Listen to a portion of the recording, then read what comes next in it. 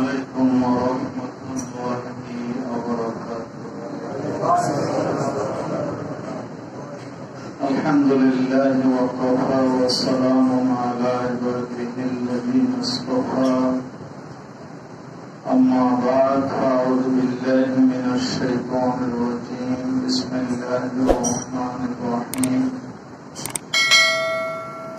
ولقد جاءكم موسى بالبينات ثم اتخذتم العجل من بعده وأنتم ظالمون. وإذا أخذنا ميثاقكم ورفعنا فوقكم الطور خذوا ما آتيناكم بقوة واسمعوا قالوا سمعنا وعصينا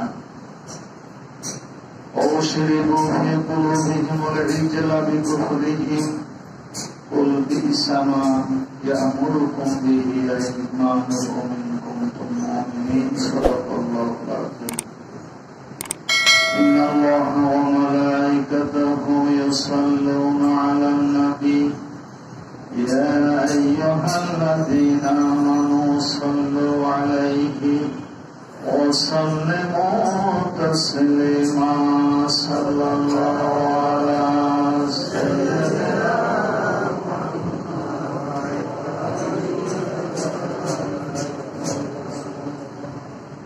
اللهم صل على سيدنا محمد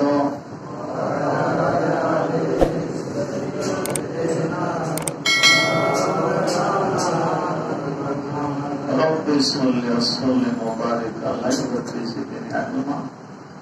اللهم زدنا ولا تنقصنا أكرمنا ولا تهنا آتنا ولا تحرمنا يا ذا الجود والإحسان.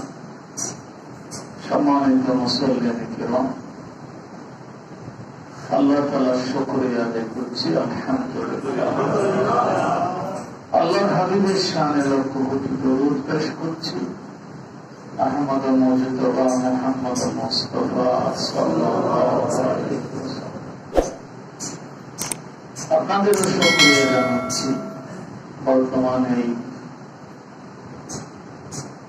ক্রান্তিকালে pandemic পিরিয়ডে আল্লাহ তাআলা আমাদেরকে মসজিদে আসার তৌফিক দিয়েছেন, সুস্থ রেখেছেন। মনিবের মেহেরবানি ছাড়া এটা কোনো মতে সম্ভব নয়। আল্লাহ তাআলাকে ধন্যবাদ জানাচ্ছি অন্তর থেকে। আলহামদুলিল্লাহ। বিভিন্ন সংস্থা এবং বিভিন্ন অবস্থান থেকে আমাদেরকে স্বাস্থ্যের ব্যাপারে সচেতন করা হচ্ছে। অনেকে গাছ মনোভাব এটা না রেখে যে দিক থেকে ভালো কোন পরামর্শ পাওয়া যায় এগুলো মেনে নেওয়াটা সুন্নাত। কারণ স্বাস্থ্য হচ্ছে ইমানের পরে সবচেয়ে বড় নিয়ামত। আর নিয়ামতুন বাদাল ঈমান। রাসূলুল্লাহ সাল্লাল্লাহু আলাইহি ওয়াসাল্লাম বলছেন স্বাস্থ্য হচ্ছে ইমানের পরে আল্লাহর পক্ষ থেকে সবচেয়ে বড় নিয়ামত। কারণ আপনি স্বাস্থ্য না থাকলে নামাজ পড়তে পারবেন না, স্বাস্থ্য না থাকলে তাহাজ্জুদ করা যাবে না, স্বাস্থ্য না থাকলে জিহাদ করা যাবে না, স্বাস্থ্য না থাকলে পরিশ্রম করে টাকা উপার্জন হালাল উপার্জন করা যাবে না, কোনটাই করা যাবে না। এই জন্য রাসূলুল্লাহ সাল্লাল্লাহু আলাইহি ওয়াসাল্লামের লম্বা দোয়া আছে।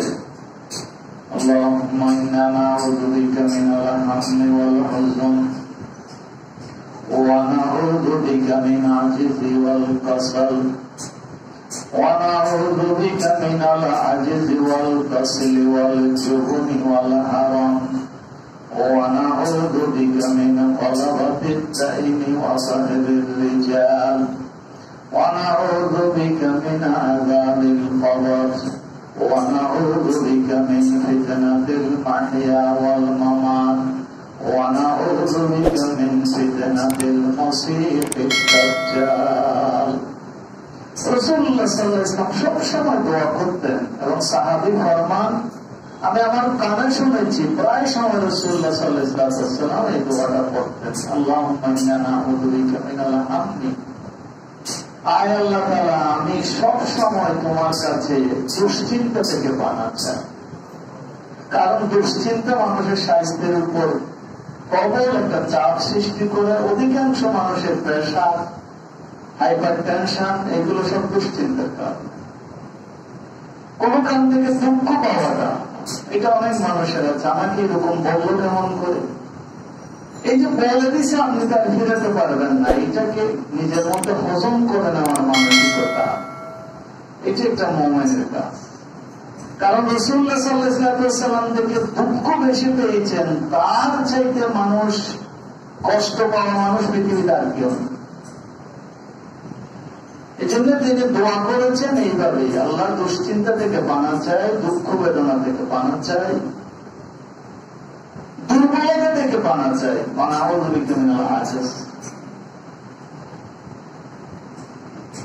বিরতা থেকে বানা চাই, বার্ধক্য থেকে বানা চাই। আপনি শব্দগুলো উচ্চারণ কিভাবে দেখছেন? বিরতা থেকে বানা চাই, বার্ধক্য থেকে বানা চাই, কাপুরুষতা থেকে বানা চাই। ইসলাম বীর পুরুষের ধর্ম, ইসলাম কাপুরুষের ধর্ম। এই জন্য ইসলাম মানুষকে যারা যুদ্ধের ময়দান থেকে পালিয়ে যায় তাদেরকে হত্যার আদেশ দিয়েছে।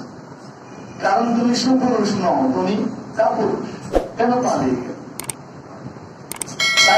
প্রথম পাতায় এদের সুনাম করা হয় যারা তাকওয়াবান, যারা যুদ্ধের ময়দানে দাঁড়িয়ে থাকতে পারে, আল্লাহওয়ালা মানুষের।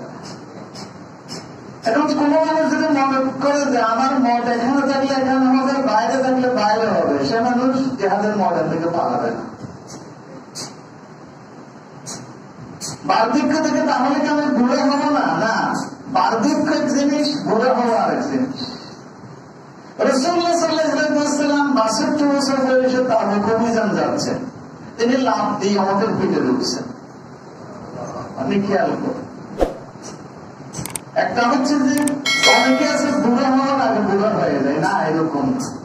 নিজেকে সবসময় মনে করতে হবে আমি আল্লাহর গোলাম হিসেবে যতদিন হায়াত আছে এতদিন পর্যন্ত আমি খুব সুস্বাস্থ্যের সাথে আল্লাহ তাআলার রহমত নিয়ে বাঁচব।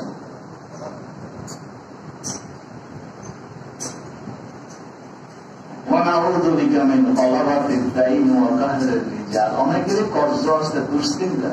ইব্রাহিম আদমকে জিজ্ঞাসা করা হলো কর্জ কি? বলো যে রাতের অনিদ্রা, দিনের দুশ্চিন্তার নাম কর্জ। কি চমৎকার জবাব না দিলে, রাতে ঘুম ধরে না কর্জের কারণ। এই জন্য আল্লাহর কাছে কর্জ থাকলে দুশ্চিন্তা আসবে, ঘুম আসবে না, ঘুম না আসলে স্বাস্থ্য খারাপ হয়ে যাবে। এই জন্য আল্লাহর কাছে নবী সাল্লাল্লাহু আলাইহি ওয়াসাল্লাম বানাচ্ছেন। আমি লম্বা হাদিসটা বলার অর্থ হচ্ছে যে আমাদের ঘরে অনেকে সৌন্দর্যের জন্য পানির টব আছে, ফুলের টব আছে, এই আছে, পানি আছে, এগুলো সারিয়ে ফেলা দরকার। এগুলোর কারণে টাইফয়েড, ডেঙ্গু, এই সমস্ত জিনিস ছড়ানো হচ্ছে। এগুলো থেকে বরঞ্চ হওয়ার জন্য পরিষ্কার পরিচ্ছন্নতা আমাদের খুব বেশি দরকার। অনেকে আছে বোতল নিয়ে কখন যে ফুলের টব করেছে, ওখানে যে ডেঙ্গু মশা সেখানে বংশ বিস্তার করেছে। না, এটা আপনি হতে দিতে পারবেন না। কারণ পরিচ্ছন্নতাই মানে আপনাকে এই ব্যাপারে সাবধান থাকতে হবে। পানি সবসময় ফুটিয়ে খাওয়া লাগবে, সব সময়। কলসি শুদ্ধ, আজকাল গ্যাস আছে প্রায় মানুষের আলহামদুলিল্লাহ, আপনি কলসি শুদ্ধ তুলে দিবেন, সেটা সিদ্ধ হয়ে যাবে, সেই পানি খাবেন, আপনি কাঁচা পানি খাবেন না। সেখান থেকে অসুস্থ হলে আল্লাহর উপরে দোষ দিবেন না। খবরদার এই জিনিসগুলো যাতে আমরা না করি। এই কথা বলার অর্থ হচ্ছে যে বনি ইসরায়েলের রোগ হলো এটা। কত ভালোটা শুনে কিন্তু একটাও মানে না। এই রোগটা আমরা পেয়েছি বনি ইসরায়েল। আল্লাহর কোরআন স্পষ্ট করে বলছে তাদের খাসলত কি ছিল। মুসা তোমার কথা শুনছি, দারুণ দারুণ কথা বলো তুমি, এগুলো সব জনরাষ্ট্রের কথা, এগুলো সবগুলো জনগণের জন্য উন্নত মানের কথা। এটা বললে আমরা খুব উন্নত অবস্থানে থাকবো, সুস্বাস্থ্যের অধিকারে থাকবো, ভালো থাকবো, দুনিয়া করে আমরা আল্লাহর কাছে প্রিয় হব। কিন্তু তাদের খাসলত কি ছিল? মুসার থেকে আলাইহিস সালামের থেকে শুনতো আর বের করে আরেক জায়গায় গিয়ে বলতো যে মুসা বলছে যে কি করবি, এগুলো গুলা বলছে ও আসই না, একটাও মানব না, সবগুলি পরিত্যাগ। মুসলমানদের কাজ হলো সামি'না ওয়া আতা'না, শুনলাম আর ইহুদিদের কাজ হলো সামি'না ওয়া আসাইনা, শুনলাম একটাও মানলাম না। এই জন্য খোদার গজব এসেছে বনী ইসরাইলের উপর, ইহুদিদের উপর। হযরত মূসা আলাইহিস সালাম 40 দিনের জন্য আল্লাহ তুর পাহাড়ে তাকে ডাকলেন। তুর পাহাড়ে ডাকার পরে হযরত হারুন আলাইহিস সালাম পয়গম্বর, হারুন আলাইহিস সালামকে বললেন আমি 40 দিন ডাকবো, তুমি দেখো আমার উম্মতদেরকে, এগুলো খাসলত খুব খারাপ। 40 দিন ফেরত আসার আগেই শুরু হয়ে গেল গরু পূজা। গরুটা কেমন, আগের গরু জীবন্ত গরু পূজা নয়, এখন যন্ত্র গরু পূজা। একজন ইঞ্জিনিয়ার ছিল বনী ইসরাইলের মধ্যে, সে সবচেয়ে বড় ইঞ্জিনিয়ার, তার নাম ছিল সামেরি, তার নাম কোরআন শরীফে এসেছে। সামেরি বললে যে মুসা মরে গেছে, আর আসবে না, তো তোরা দেখা দায়িত্ব বঞ্চিত হয়ে যাবে, তো কি করতে হবে? বলছে তোমার সোনা দানা যারা আছে, যাদের আছে সবগুলো আমাদের দিয়ে দেয়, আমি হেদায়েতের ব্যবস্থা করি। এই সোনা দানা মানুষের থেকে টাকা পয়সা নিয়ে হেদায়েত বিক্রি করা আজকাল আমাদের অনেক আলাদা এবং ভিত্তির মধ্যেও আছে। এগুলো সব বনী ইসরাইলের খাসলত, এগুলো আল্লাহ ওয়ালাদের খাসলত। আর পকেটের দিকে যাওয়া, সবাই শুনলে বলে যে হ্যাঁ দারুণ জিনিসটা, যদি হেদায়েতের উপর চিরদিন থাকতে লাগে কি করবে? সে সোনাগুলো সবগুলো দিয়ে একটা গরুর বাছুর বানালো। কি বানালো? গরুর বাছুর।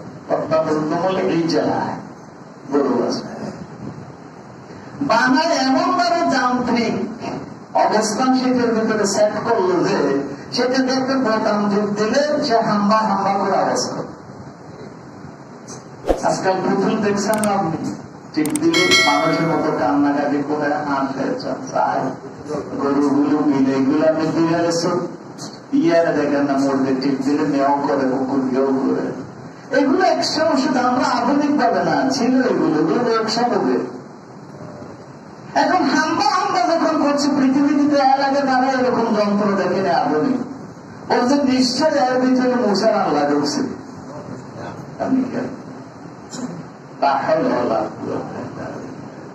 তখন সবাই মশার খোদা ফেলে কিসে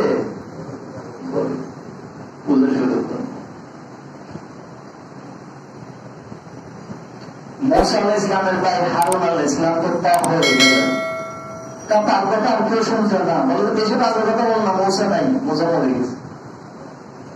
কোন এরকম হাম্বা হাম্বা করতে পারেন সোনার মূর্তি? নিশ্চয়ই মূসা আমাদের জন্য এটা ব্যবস্থা করেছেন, খোদাকে এর ভিতরে ঢুকিয়ে দিয়ে গেছে।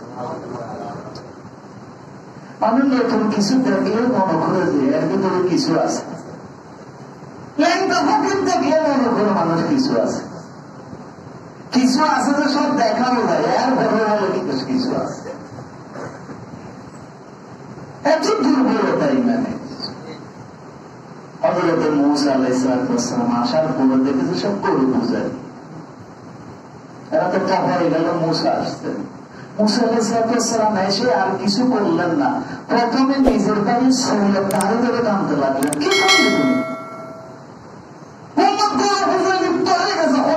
তুমি কিছুই করো না। অথচ হারুন আলাইহিস সালাম বড় ভাই, পয়গম্বরের কথা বলতেছি, খোদা বিরোধী শিরক কিভাবে প্রতিহত করতে হয় তিনি বড়দের সাথে ওগুলো মানলেন না। আল্লাহ জালালের সামনে সুন্নাত গাড়ি ধরে টানতে লাগছে। হযরত হারুন আলাইহিস সালাম বললেন, আমার মায়ের পেটের ভাই, তুমি আমার দাঁড়িয়ে ধরো না, শুধু কি টানাটানি করো না,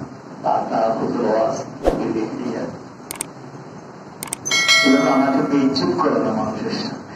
আপনার মতো একজন পয়গম্বর রেখে গেলাম, আল্লাহ আপনি বলে বোঝাতে হবে কেন? আপনি বাধা দেননি কেন? বলে যে আমি বাধা দিতে চেয়েছিলাম, আমার বাধা দিলে উম্মতের মধ্যে 2 পার্ট হয়ে যেত। সুবহানাল্লাহ, কি হয়ে যেত? 2 পার্ট হয়ে যেত। এক পার্ট আমার আর এক পার্ট ওদের।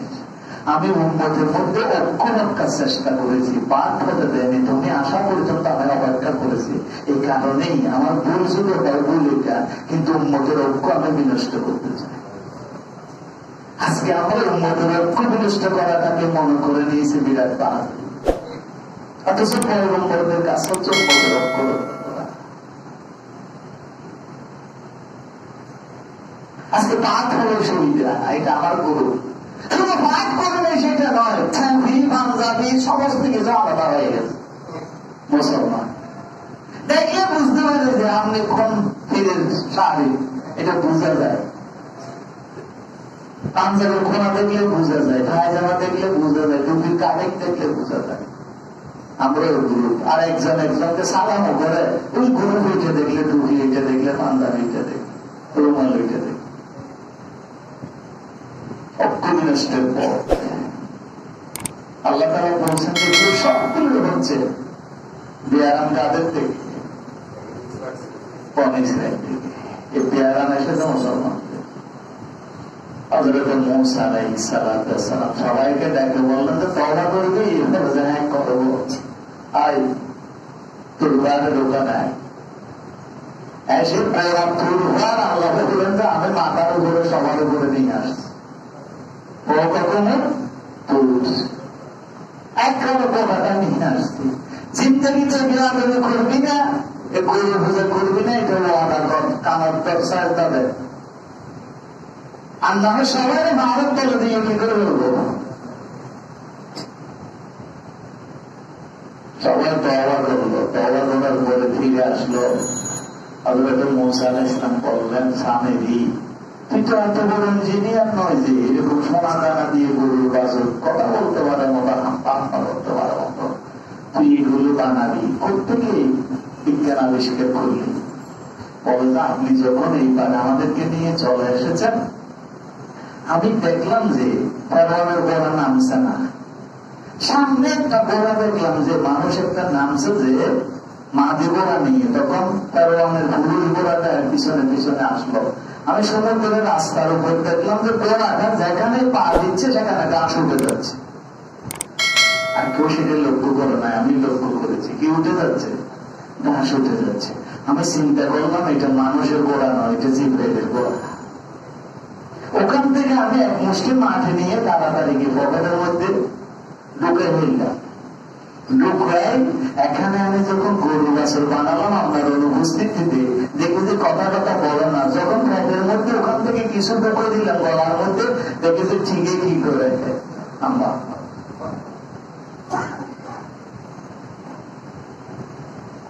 আমাদের দেশে বললে বলতে এটা কেরামত। পূজার নাম অনেকবার বলেছি। মুসলমান কেরামত শুধু নয়, অলিদের মধ্যে কেরামত আছে, এটা হক। কিন্তু দুনিয়ার সবচেয়ে বড় মুজাদ্দেদ, রাষ্ট্র শক্তির বিরুদ্ধে যিনি জিহাদ করেছেন, মুজাদ্দেদ আল-কাসানি রহমতুল্লাহ আলাইহি, আকবর, জাহাঙ্গীর, শাহজাহান সব আমলে জেলে ছিলেন, শুধু দ্বীন ইলাহির বিপক্ষে যাওয়ার কারণে। তাকে একদিন তার সাগরের জিজ্ঞাসা করে, আরেকবার বলেছিলাম কথাটা, যে দুনিয়ায় অনেক আলেম এবং বুজুর্গের মধ্যে কেরামত পাওয়া যায়, আপনি এত বড় পীর, এত বড় বুজুর্গ, আপনার মধ্যে কেরামত তো আমরা কখনো দেখি নাই। বলতে বলে আমার কাছ থেকে দেখোস না, এটা তো বড় কথা নয়। আমি তো আবু বকর সিদ্দিকের জিন্দগি ধরে একটা কেরামত পাইনি। কাজ আবু বকর সিদ্দিকের জিন্দগি তো একটা কেরামত দেখি নাই। আবু বকর কি ছোট? রাসূলের পরে যার অবস্থা, বলে যে কেন? বললো আমাদের কেরামত আছে, উসমানের কেরামত আছে, আলীর জন্য কেরামত আছে, কিন্তু আবু বকর সিদ্দিকের কেরামত নেই। বলে যে আমারও নেই। বলে যে এর কারণ কি? বলে যে এর কারণ হলো আমরা এসেছি দুনিয়াতে কেরামতের জন্য নয়, ইসলামকে মেরামতের জন্য। আর ওর উপস্থিতি মেরামত করেছে, আমিও মেহনত করতে এসেছি, কেরামতের দরকার নেই। সবচেয়ে বড় কেরামত তুই কি জানোস? বলে যে কি? বলে যে সুন্নতের উপর মত পর্যন্ত প্রতিষ্ঠিত থাকা, কে হলো সবচেয়ে। আজকে একটা সুন্নত নাই, হুজুর হয়ে গেছে, মস কোথায়, চুল কোথায়, দাড়ি কোথায়, কিচ্ছু ঠিক নেই। বলে যে বড়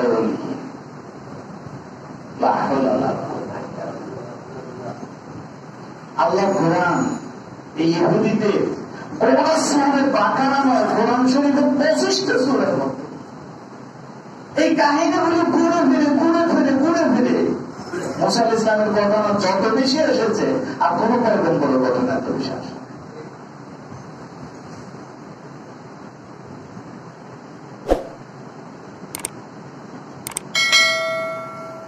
আজকাল আমাদের সবচেয়ে বড় ব্যায়াম হচ্ছে শুনি কিন্তু পারে না। এই নামানাটা আমাদের জন্য মারাত্মক। অনেকে বলছে যে আমি ফরেস্টগার মানুষ, পাঁচ কেন না, না এটা আপনার নয়, এটা ঠিক কথা নয়। আপনি যদি মনে করেন যে গরম থেকে বাঁচার জন্য আমি ফ্যান কেন চালাবো, আমি মোবাইল কেন দেবো, শীত থেকে বাঁচার জন্য আমি চাদর কেন দেবো, এগুলো ঠিক না। মাস্কটা এমন একটা জিনিস, মাস্কটা আপনি যদি মুখে দেন তখন নিঃশ্বাসটা সবসময় গরম থাকে। আর ডাক্তাররা বলছেন যে গরমের মধ্যে এই করোনা ভাইরাস টিকে থাকতে পারে না, সেটা ঠান্ডার মধ্যে বেশি টিকে থাকে। আমি ব্যক্তিগত আরাম পেয়েছি, আমার সাইনাসের প্রবলেম আছে। আমি যতদিন থেকে মাস্ক দিচ্ছি আলহামদুলিল্লাহ, ততদিন থেকে আমার সর্দি কাশি খুব কমে গেছে। এটা কোন ফরেজগারের আলামত নয়, এটা হচ্ছে বিজ্ঞান। আল্লাহ তাআলা যেমন রোগ দিয়েছেন তেমনি কি দিয়েছেন, ওষুধ দিয়েছেন। আপনি জুতো পড়েন, মজা পড়েন কেন? এটাও এরকমের একটা জিনিস, এটার বিরুদ্ধে কথা বলবেন না। এটা না দেওয়ার নাম ফরেজগারি নয়। আল্লাহ তাআলার নিয়ামতকে কাজে লাগানো, এটাই হচ্ছে ফরেজগারি। কিন্তু শোনা দরকার। কঠিন হয়ে গেল কথা বলতে, আপনারা মাইন্ড করবেন। আল্লাহর কোরআন মুহাম্মদুর রাসূলুল্লাহ সাল্লাল্লাহু আলাইহি ওয়াসাল্লাম বলছেন, এরা একটা কথাও শুনে না। তো কথা যদি আল্লাহর কোরআন আর রাসূলের কথা না শুনে, একবার একটা বেয়ারামের কথা আপনাদেরকে বলেছিলাম। এই বেয়ারামের নাম হলো কসওয়াতুল কলব। কসওয়াতুল কলবের কি হয়ে যায়? কঠিন হয়ে যায়, অন্তর কঠিন। অন্তর যদি একবার কঠিন হয়ে যায়, চোখে আর পানি আসবে না, ইচ্ছে করবে না। কোথায় কি বলছে সেটাও সে বুঝতে পারবে না। কালকে একটা বই পড়ছিলাম, উপন্যাস পড়ছিলাম। সে ব্যবসা করে প্রতিটা হয়ে গেছে, মাফ করবেন আমাদের শব্দ। সেখানে অনেকগুলো মহিলা সে এনেছে, এনেছিল 15টা, কিন্তু দেখা গেল যে কেমনে 16টা হয়ে গেছে। তখন মালিককে বলা হলো, যে মালিক জিজ্ঞাসা করলো ম্যানেজারকে, সব আনছস? বলে যে হ্যাঁ। 15টা ঘুরে ঘুরে নিছস? বলে যে গলে গলে তো নিছি, একটা বেশি নিছে, 16টা আসছে। বলছে সকল আলহামদুলিল্লাহ। আপনি খেয়াল করেন, সাথে সাথে আপনার ইমান চলে গেছে, এখন আর ইমান নেই। আপনি কি বলছেন এটা আপনার মাথার ভিতরে? ওর ভিতরে কি লিখিয়ে দিচ্ছে আপনাকে? মাথার ভিতরে কি ঢুকিয়ে দিচ্ছে? দুনিয়ার সর্ব নিকৃষ্ট হারামের ব্যবসায় আপনি লিপ্ত হয়েছেন, আর বলছেন আলহামদুলিল্লাহ। আপনার অন্তর শেষ শেষ শেষ, কিছু নাই আপনার অন্তরে। আপনি সুদের টাকা নিয়ে চলবেন আর আলহামদুলিল্লাহ। মানুষকে ঠকিয়ে আপনি ব্যবসা করবেন আলহামদুলিল্লাহ। সাথে সাথে শেষই না আপনার মুহূর্তের মধ্যে চলে গেছে আপনার। আমি শুকরিয়া করলাম তো হালালের উপরে, আল্লাহ তাআলা হালাল দিচ্ছে আলহামদুলিল্লাহ। ইহুদিদের রব, ইহুদিদের রব। ثم قسوت قلوبكم من بعد ذلك وهي كالحجارة أو أشد قسوة। আল্লাহ বলছেন যে পাথরের মতো শক্ত হয়ে যায় অন্তর। মানুষের জন্য মমত্ব থাকে না, মানুষের কান্না চোখে লাগে না, নিজে তো কান্না আসে না, গুণা করছি এটার অনুভূতি থাকে না, বরং গুণা করতে করতে এমন হয়ে যায় যে প্রথম প্রথম মানুষ মানতে মানুষকে ঠকাতে খারাপ লাগতো, এখন ঠকাইলে আরাম লাগে, আর বাড়িতে এসে হাসে, বলে যে একবারে শাঁসে দিছি বেড়া, বুঝতেও পারে না।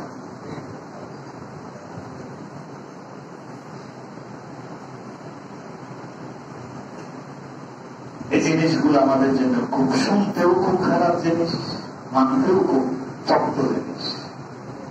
বলে আপনি জীবন আর উঠতে পারেন, অন্তর যদি একটা শেষ হয়ে যায়। এই অন্তর শেষ হওয়ার জন্য পৃথিবীতে দুইটা জিনিস, দুইটাই চালু করেছে এদিকে। একটা হচ্ছে হারাম খাওয়া, একটা হচ্ছে পর্নোগ্রাফি, নারী পুরুষের অসুস্থ সম্পর্ক। দুইটাই এখন পৃথিবীতে আসছে। এখন আপনারা দেখছেন যে পৃথিবীতে যারা মনে করতো, যাদেরকে মডেল বলা হতো, আইডল বলা হতো, এরা এখন ধরা পড়ে দেখা যাচ্ছে যে ঘরের মধ্যে আর কিছু নাই, পর্নোগ্রাফির বক্সা। কি সাংঘাতিক জিনিস! নারী পুরুষ চুল কাটছে তাদের মতো করে, পোশাক পরছে তাদের মতো করে, হাসি মারছে তাদের মতো করে, যৌবন রক্ষা হচ্ছে তাদের মতো করে, সমস্ত কিছু তাদের মতো করে। আমরা মনে করি যে এগুলোর মতো হতে পারলে ওদের পৃথিবীতে আমি সবচেয়ে বেশি উন্নত হয়ে যাবো। তারা ধরার পরে বুঝতে পারছে শুধু তো বোতল আর পর্নোগ্রাফি ছাড়া।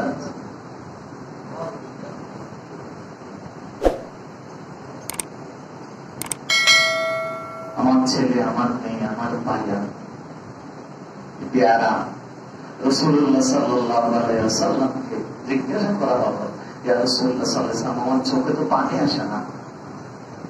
সাহাবায়ে কেরাম কাঁদতেন, চোখে পানি আসে না কেন? ও চোখে পানি আসছে, আমার আসছে না কেন? ইয়া রাসূলুল্লাহ চোখে পানি আসছে না কেন? জুমুদুল আইন মিন কাসওয়াতিল কলব, ওদের তো কলম শক্ত হয়ে গেছে, এই জন্য চোখে পানি আসে। আল্লাহ কোরআন বলছে যে পাহাড়ের পাথর থেকে ঝর্ণা বের হয়, পাথরও কান্নাকাটি করে, কিন্তু এই মানুষটার গলা এত শক্ত হয়ে গেছে যে পৃথিবীর কোন দুঃখের বেদনায় তার কোন মধ্যে কোন অনুভূতি নেই, কান্নাকাটি নেই, মানবতার দরদ নাই।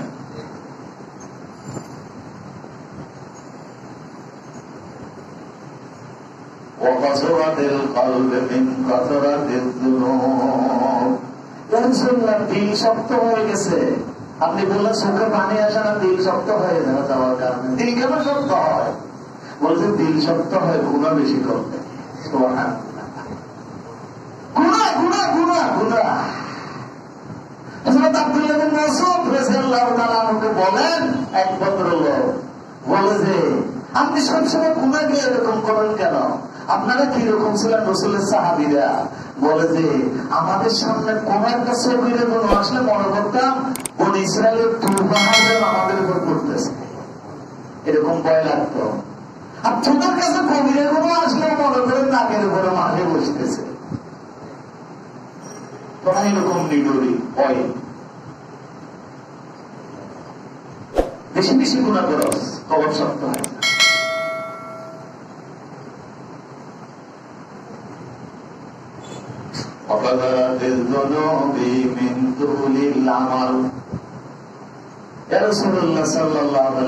গুণা বেশি করে কেন? বলে যে লম্বা লম্বা আশা ভরতে পাশে দেখো, ভর্তি আস্তে আস্তে ঠিক হয়ে যাও। আরেকটা ব্যায়ামের কথা বলতেছে, লম্বা আশা এখন ঠিক হয়ে যাচ্ছে, লাভ কি? আস্তে ধীরে ঠিক হবে, দেখবি তো বেড়া আমার মতো টাকা পয়সা খামাই এস্টাবলিশ হয়নি, একবার আছে গিয়া দেখবি যে কি ফাঁকা আছে, আর বাইরে হবো না। আপনি দেখতেন আর যে সময় ছিল সেই সময় বাইরে হয় নাই। অন্বেষে আমার সাথে 5 জন নারী পুরুষ একসাথে ছিলাম আমরা, একেবারে এক হোটেলের মধ্যে। একজন করোনায় এন্তেকাল করে ফেলেছে, জানাজাও করতে পারেনি ঢাকা। আর 3-4 জন আজও আমাকে ফোন করে, মেয়ে একজন আছে বুড়ো, আমার ফোন করলো তো চাপতে যায় না, শুধু আমি শুধু হ্যাঁ হো বলে এতক্ষণ কথা বললো, শুধু কান্নাকাটি করে বললো যে 19-এ যদি না যাইতাম তাহলে তো বোধ হয় এর মতো মরিয়ে যেতাম, আর তহস করতে পারতাম। লম্বা আশা, ইহুদিদেরকেও বলছে যে বলছে এত গুণা করস, মরে গেলে কি করবি? তখন তারা বলল লম তামাসানাল নারু ইল্লা ইয়ামাম মাথার করতে না। এমন এক জাতি, আল্লাহ আমাদেরকে মন্না সালোয়ার খাওয়াইছেন, আমাদেরকে লোহিত সাগর পার করাইছেন, আমাদেরকে আল্লাহ তাআলা কত নিয়ামত দিয়েছেন। আর এই নিয়ামত আল্লাহ জাতি দুজকে গেল বেশি দিন থাকবে, 2-1 দিন বাদ আল্লাহ মাফ করে দেন। মুসলমানদের মধ্যে আছে এগুলা, বলে যে আমরা কি দুজকে গেলে বেশি দিন থাকবো না, কারণ আমাদের বিশ্বাস দাদা ভিড়, বাবা ভিড়, অমুক ভিড়, সমক ভিড়, সবাই নিয়ে যাওয়ার জন্য ইস্টিমার লইয়া আসবেন। বড় সোবান নাউজুবিল্লাহ, বড় সোবান।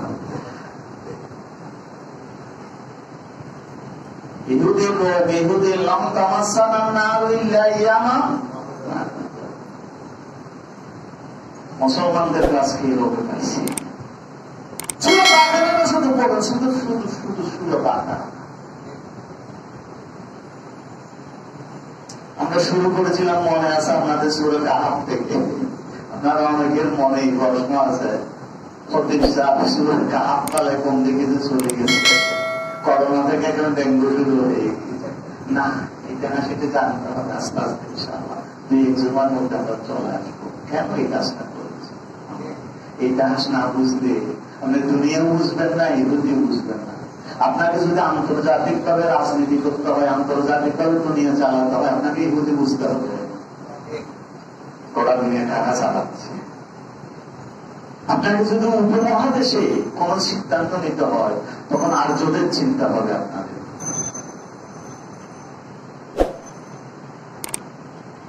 আর দেশীয় কোন সিদ্ধান্ত নিলে আপনাকে বুঝতে হবে যে যারা ধর্মের লেবাস নিয়ে কাজ করে, এদেরকে চিন্তা হবে আপনার। আপনারা সঠিক সিদ্ধান্ত নিতে পারবেন না। সময় 10 মিনিট দেরি হয়ে গেল, আর কষ্ট পাবেন না, ইনশাআল্লাহ আমরা সংক্ষিপ্ত করে শেষ কথা হচ্ছে এটা, কখন দুনিয়া থেকে চলে যায় কোন হিসাব নেই। প্রত্যেকটা মানুষের উপর এখন দুর্বাহার, আপনি খেয়াল করবেন। কোন সময় কে চলে যাচ্ছে হঠাৎ করে, আমি ভালো মানুষ 2 দিন থাকতে দিচ্ছে না। আমার এক বন্ধু কিছুই নাই, জ্বরও নাই, কিছু নাই, শুধু মুখে ব্যথা। এই দেখছে যে 80% ফুসফুস শেষ।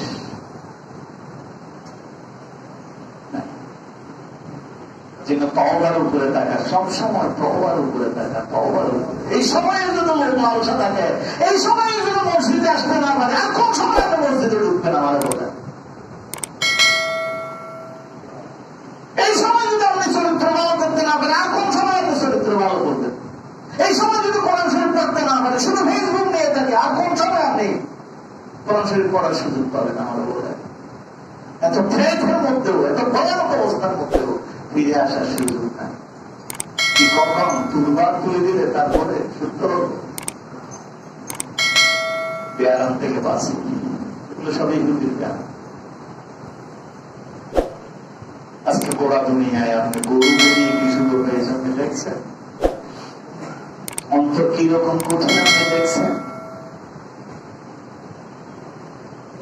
মানুষ বাঁচানোর জন্য চিন্তা করছে এক গ্রুপ, আরেক গ্রুপ চিন্তা করছে দেখে আপনি মরা যাবে, সেটা চিন্তা। আল্লাহ তাআলা আমাদেরকে এই কথাগুলো কোরআনের আলোকে বোঝা, ত্রুটিগুলো মুছে দেওয়ার, ভালো কথাগুলো স্থায়ী হওয়ার জন্য আল্লাহর কাছে তৌফিক চেয়ে এখানে শেষ করছি। আসসালামু আলাইকুম ওয়া রাহমাতুল্লাহ।